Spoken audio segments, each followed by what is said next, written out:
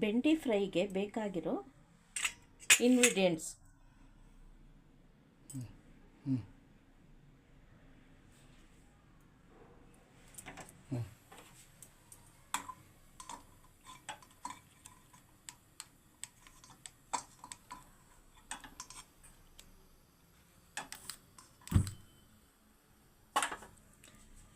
ಬಾಣಲೆಗೆ 1 spoon ಎಣ್ಣೆ ಹಾಕಿ ಬೆಂಡೆಕಾಯಿ ಅರಿಶಿನ ಹಾಕಿ ಚೆನ್ನಾಗಿ ಫ್ರೈ ಮಾಡಬೇಕು.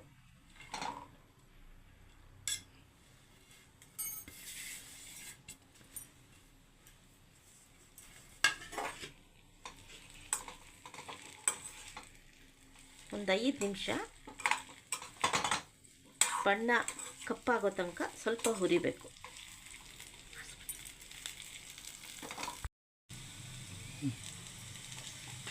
ನೋಡಿ, ಬೆಂಡೆಕಾಯಿ ಒಂದು ಬೆಂಡೆಕಾಯಿನ 4 ಹೋಳು ಸಣ್ಣಗೆ ಹಚ್ಚಿರೋದ್ರಿಂದ 5 ನಿಮಿಷದಲ್ಲಿ ಫ್ರೈ ಆಗೋಗುತ್ತೆ. ಇದಕ್ಕೆ ರುಚಿಗೆ ತಕ್ಕಷ್ಟು ಉಪ್ಪು, ಖಾರದ ಪುಡಿ, ಹಸಿಮೆಣಸಿನ ಪುಡಿ ಹಾಕಿ ಹುರಿದು, ಈಗ ಅದಕ್ಕೆ 1 ಸ್ಪೂನ್ ಚಿರೋಟಿ ರವೆ,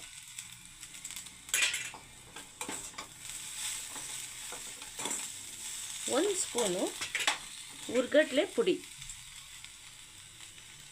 ಹಾಕಿ ಕಲಿಸ್ಬೇಕು.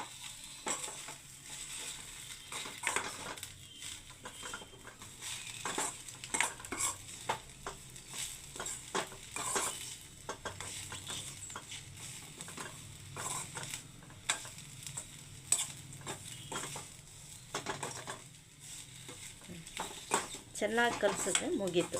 ಇಷ್ಟೇ ಬೆಂಡೆ ಫ್ರೈ. ಇದನ್ನು ಕಾಫಿ ಜೊತೆ ತಿನ್ಬೋದು, ಊಟದ ಜೊತೆಗೂ ನಂಚ್ಕೋಬೋದು, ಶುಗರ್ಗೂ ಒಳ್ಳೆಯದು. ಆಮೇಲೆ ಮೋಷನ್ ಪ್ರಾಬ್ಲಮ್ಮು ಕ್ಲಿಯರ್ ಆಗುತ್ತೆ.